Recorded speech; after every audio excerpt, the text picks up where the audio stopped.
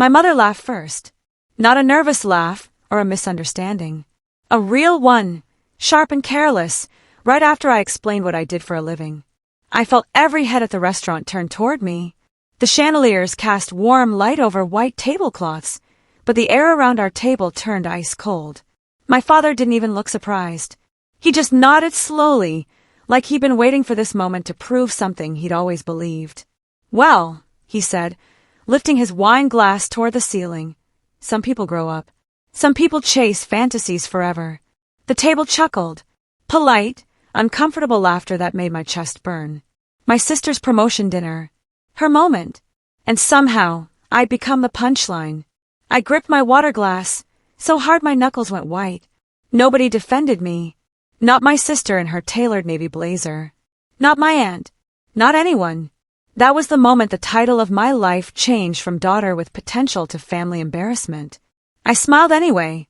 My jaw ached from holding it in place, but I kept that smile frozen on my face like a mask I couldn't remove. My fingers tightened around the glass stem until I worried it might shatter. The waiter appeared with dessert menus, his timing impossibly bad. My mother was still chuckling, shaking her head at my father like they were sharing a private joke. My sister, Amanda, stared down at her plate, suddenly very interested in the pattern on the china. She could have said something. One word would have been enough. But silence has a weight of its own. It pressed down on my shoulders, making me feel smaller with every passing second. I realized then that defending me would have cost her something. Their approval, maybe. Their pride in her accomplishments. So she chose silence. And I chose to remember that choice forever. My name is Megan Whitmore. I'm 24 years old, white, with brown hair I usually wore pulled back in a practical ponytail. I grew up in Ashford, a quiet suburb where success followed one approved path. Good grades, practical major, stable job, marriage, house, kids. Deviation wasn't encouraged. It was corrected. My parents, Tom and Patricia Whitmore, had built their lives on predictability. Dad worked in insurance. Mom taught elementary school. They owned a modest 3-bedroom house with a garden my mother obsessed over. Everything in their world had a proper place, a proper timeline, a proper outcome. And that night at Giovanni's restaurant, surrounded by my extended family celebrating Amanda's promotion to senior marketing director, my parents decided publicly that I had failed. Not privately, where families usually handle disappointment. Publicly, where everyone could witness my inadequacy and their disappointment in equal measure. They believed stability mattered more than fulfillment, that dreams were indulgent luxuries for people who could afford failure. My father had told me this directly when I was 19, sitting in our kitchen after I mentioned wanting to study communications. "Be realistic, Megan," he'd said, not looking up from his newspaper. "You need a plan that pays bills, not fantasies that sound nice at parties." My mother had nodded in agreement, washing dishes with her back to me. They told me to major in business, to think practically, to stop wasting time on things that wouldn't matter in 10 years. I heard something else underneath their words, though. Something quieter and more cutting. Know your place. Don't reach beyond what we can understand. Don't embarrass us by trying and failing publicly. So I studied business like they wanted, got decent grades, found a job, and watched them exhale in relief. I didn't argue at the restaurant. I waited until the bill came, calculated my portion down to the exact dollar, and placed cash on the table. "I need to leave early," I said quietly, standing before anyone could respond. "Congratulations again, Amanda." My sister finally looked up, surprise flickering across her face. Maybe she expected me to cause a scene, to give them more ammunition. But I'd learned something important over the years. Silence could be more powerful than shouting. I walked out of Giovanni's into the cool October night, my heels clicking against the pavement. In my car, I sat in the darkness of the parking lot for 10 minutes. I didn't cry. Crying felt like surrender. Instead, I opened my phone and started making notes. Plans. Steps. Timelines. If they wanted to laugh at my choices, I'd give them something else to talk about eventually. I worked at Mitchell & Howe Consulting, a mid-sized firm where nobody cared about your dreams, only your output. The office occupied 3 floors of a glass building downtown, always buzzing with phones and hurried conversations. I'd started as a junior analyst 18 months earlier, taking whatever projects came my way. The work was boring. Spreadsheets, client reports, data analysis that made my eyes blur after 8 hours. But I stayed late when others left. I learned the internal systems that everyone complained about but nobody mastered. I took on projects that senior analysts avoided because they were tedious or thankless. My cubicle was in the back corner, next to the humming printer that jammed constantly. No window view. No nameplate. Just a desk, a computer, and the quiet understanding that proving yourself here meant being useful, not visible. So I became useful. Indispensable even. Just not loud about it. 3 months after that dinner, a senior analyst named Kyle Brennan took credit for my work during a client meeting.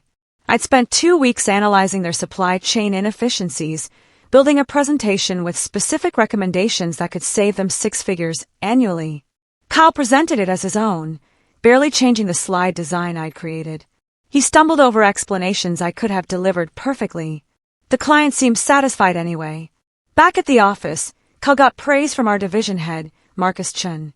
I watched from my desk as Kyle accepted congratulations, shaking hands like he'd actually done the work. My chest tightened with anger I couldn't express. But I didn't confront him. I didn't march into Chen's office demanding credit. Instead, I went home, opened my laptop, and documented everything. Every email exchange, every file timestamp, every piece of evidence showing the work was mine. Power, I was learning, favors the prepared. I noticed something important over the following months. People underestimated women who didn't demand attention. Especially women who looked young, dressed simply, and never raised their voices in meetings. Senior staff talked over me regularly. They interrupted my presentations. They assumed I was someone's assistant when I introduced myself to clients. At first it stung. Made me want to prove myself louder, harder, more aggressively. Then I realized the advantage it gave me. While they underestimated me, I listened. I learned. I watched who made decisions and how. I studied power dynamics instead of fighting them head-on. And slowly, deliberately, I stopped trying to demand their attention. I focused on delivering results they couldn't ignore. Reports that landed clients. Analysis that saved money. Solutions that actually worked. Let them underestimate me. Their blindness was my advantage. I just had to be patient enough to use it. 6 months after the credit-stealing incident, something shifted. A client I'd worked with directly requested me by name for their next project. Not Kyle. Not Marcus. Me. The request came through official channels, impossible to ignore or redirect. Our managing partner, Victoria Hayes, called me into her office. She was in her 50s, intimidating, with silver hair she wore in a sharp bob. The Pelican Group specifically asked for Megan Whitmore, she said, studying me with new interest. They said your analysis was the most thorough they'd received in 5 years. I kept my expression neutral, though my heart hammered. I'm glad they found it useful. Victoria nodded slowly. We're assigning you as lead on their expansion project. Full client contact. Your name on the deliverables. Management noticed. My salary didn't change yet, but my access did. Suddenly, I had keys to rooms I'd only glimpsed before. My parents didn't know. I didn't tell them.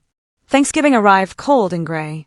My parents hosted dinner at their house, the same meal we'd eaten for 20 years. Turkey, stuffing, green bean casserole, pumpkin pie.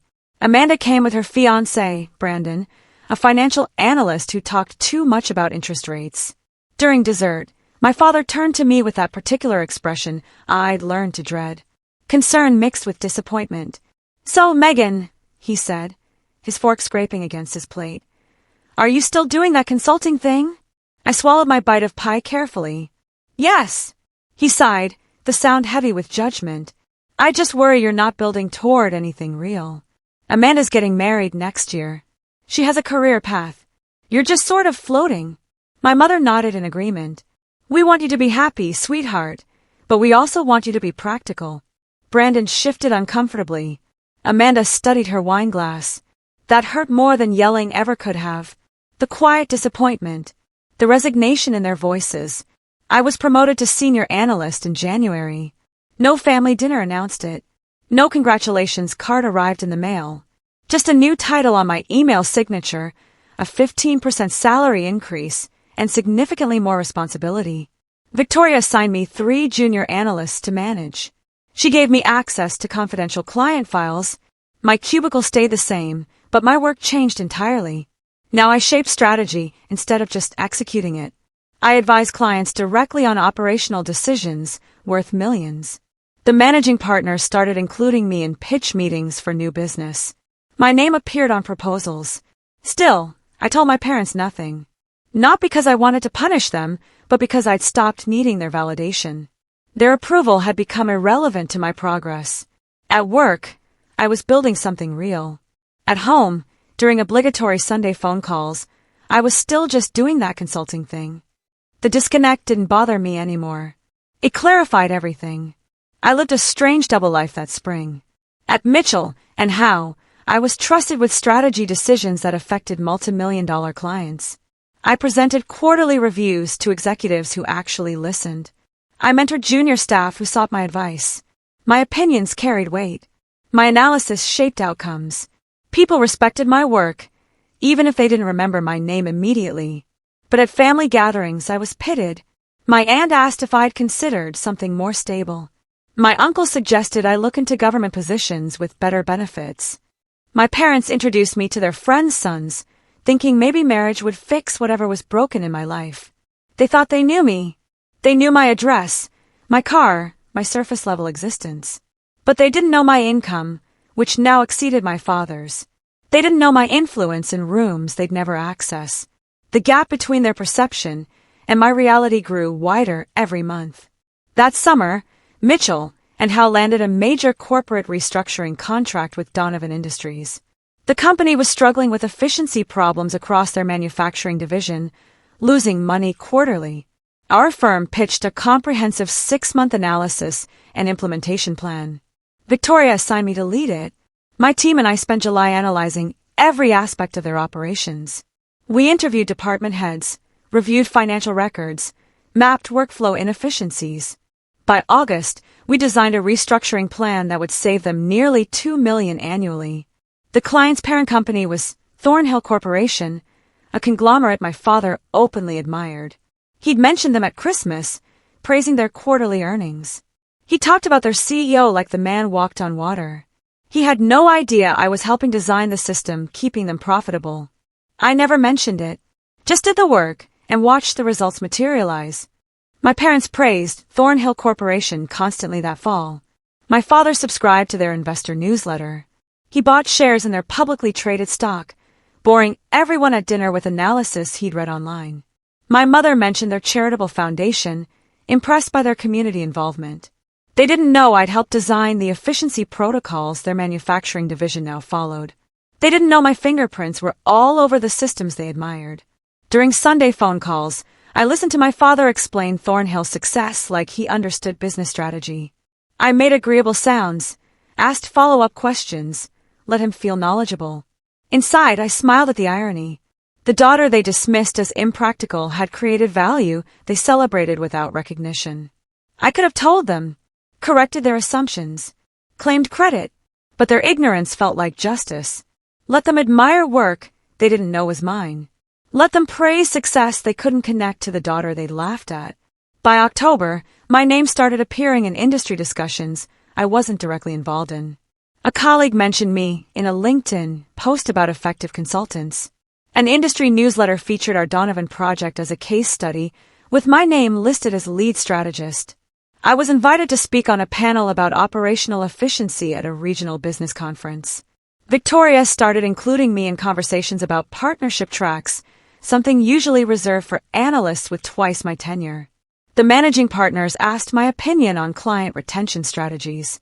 Other firms tried recruiting me with surprising salary offers. Still, nothing from home. No acknowledgement of a newsletter feature my name appeared in. No congratulations on the conference panel. My success existed in a completely separate universe from my family's awareness. They measured achievement in traditional markers they understood. I'd moved beyond their measurement system entirely. In November, I was offered a role that required a choice I'd been avoiding.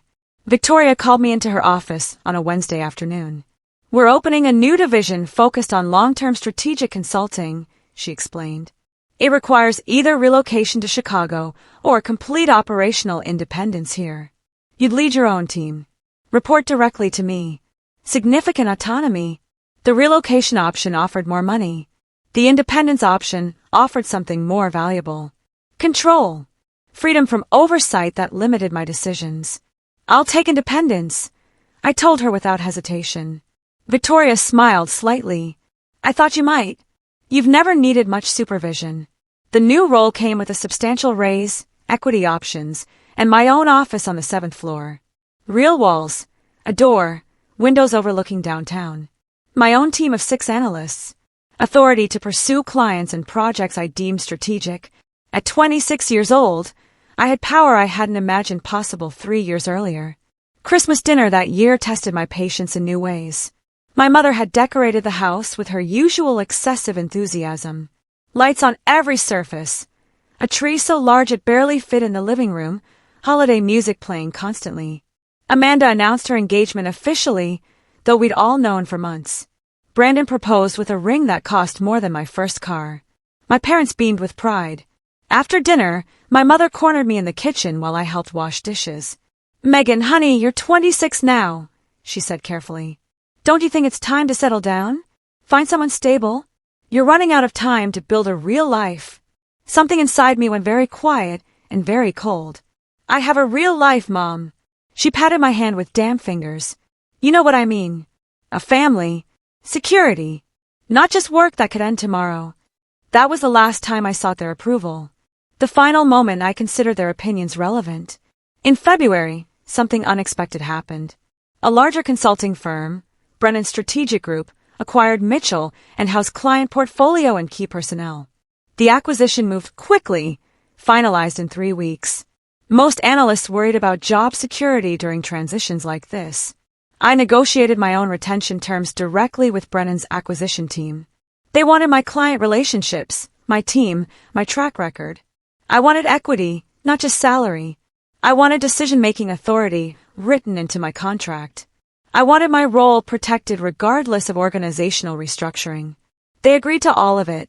The compensation package changed everything. My base salary doubled. The equity options, if Brennan went public as planned, could be worth high 6 figures within 5 years. I was 26, financially independent, with clients who trusted me and a team that delivered results. The life my parents had dismissed as impractical now generated more wealth than they'd accumulated in 30 years of practical careers. That spring, an industry publication called Strategic Insights profiled Brennan's leadership team. The article featured our expansion strategy, highlighting key personnel driving growth. My photo appeared center right in the team spread. Not a small headshot, but a quarter-page image with my name, title, and a quote about operational efficiency. The photographer had caught me mid-explanation during a strategy meeting, looking competent and engaged.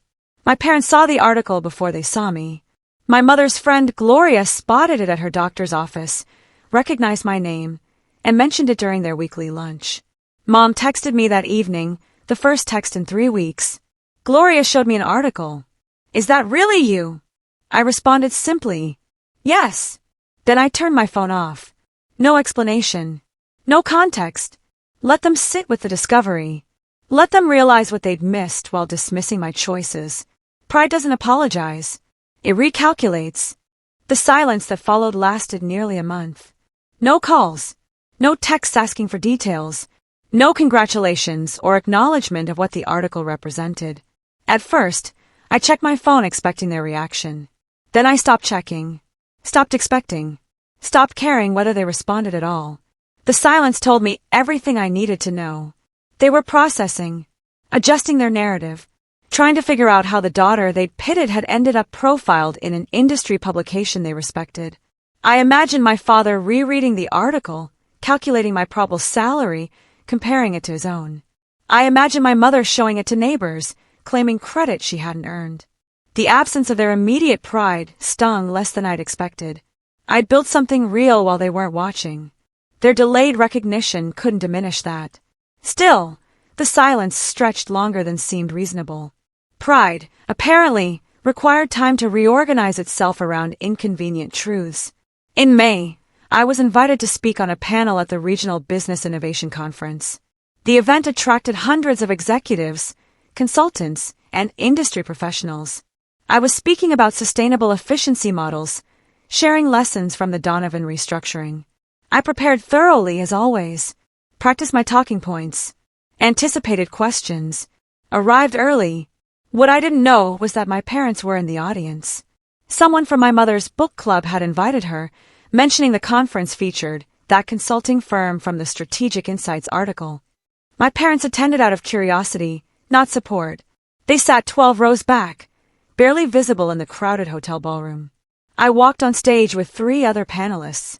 The moderator introduced us one by one. When she reached my name and credentials, I saw them. My mother's hand flew to her mouth. My father's expression froze somewhere between shock and confusion.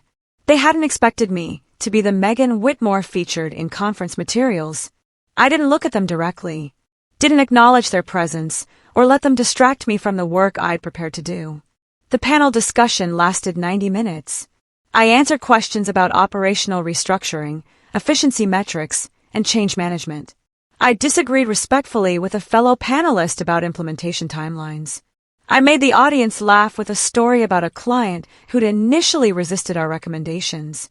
When the moderator asked about my career path, I kept it simple. I focused on being useful instead of visible. The visibility followed eventually. The applause was substantial. Professional, genuine appreciation from people who understood the work I described. During the question and answer session, hands shot up across the ballroom. None from my parents' section. They sat frozen, watching me command a stage in a world they'd assumed I'd failed to enter. After the panel ended, attendees approached with business cards and follow-up questions. I stayed professional, engaged, present. The whole time, I felt my parents' eyes on me. They lost something that day. They lost the story where they were right about my choices, lost the narrative where their daughter needed rescuing from her own poor judgment, lost the comfortable certainty that their practical wisdom had been ignored but vindicated. They built their identity as parents partly on the foundation of my perceived failure. The responsible daughter who'd made irresponsible choices, the smart girl who'd wasted her potential, the child who needed guidance she'd stubbornly refused. That story dissolved in 90 minutes on a conference stage. They couldn't reclaim it, couldn't rewind to the moment they laughed at Giovanni's restaurant and choose differently. The past was fixed. Their judgment was public record, at least within our family. And I'd succeeded anyway, without their support or approval or belief. That reality couldn't be negotiated or explained away. They'd have to live with knowing they'd dismissed something real simply because they didn't understand it. I left Brennan's strategic group 4 months later. Not because of conflict or dissatisfaction, but because I was ready for something bigger. A former client approached me about launching an independent consultancy focused on mid-market companies needing operational overhauls. She offered partnership, equal equity, and complete creative control. We'd build something from nothing, exactly how we wanted. The risk was significant, but risk looked different now than it had at 24. I had savings. I had clients who'd follow me. I had credibility and experience, and a track record proving I could deliver results. My parents had taught me to fear risk. My career had taught me to calculate it. After careful analysis, I accepted the partnership offer. We launched Whitmore and Associates in September, naming the firm partially after me because I'd earned the right to my own name on a door. By December, we'd signed 8 clients. By March, we were profitable. By the following summer, we'd hired 12 staff members. One evening in late August, my father called. I almost didn't answer, seeing his name on my phone screen after months of minimal contact. But curiosity won. "Hello!" I answered, my voice neutral. "Megan." He paused, cleared his throat. "Your mother and I were wondering if we could take you to dinner." "To talk? About what?" Silence stretched for several seconds. "About how you did it. Built your career. Your firm. We saw the article in the Business Journal last week. About your company's growth." I leaned back in my office chair, watching city lights flicker through my window. They wanted the blueprint, the explanation, the formula they could understand and maybe claim some credit for through genetics or early childhood influence. "I'm pretty busy these days," I said calmly. "Maybe sometime in the fall." We never scheduled that dinner. They asked twice more over the following year, always vague about their intentions. I remained politely unavailable. Some people don't deserve the blueprint, only the results.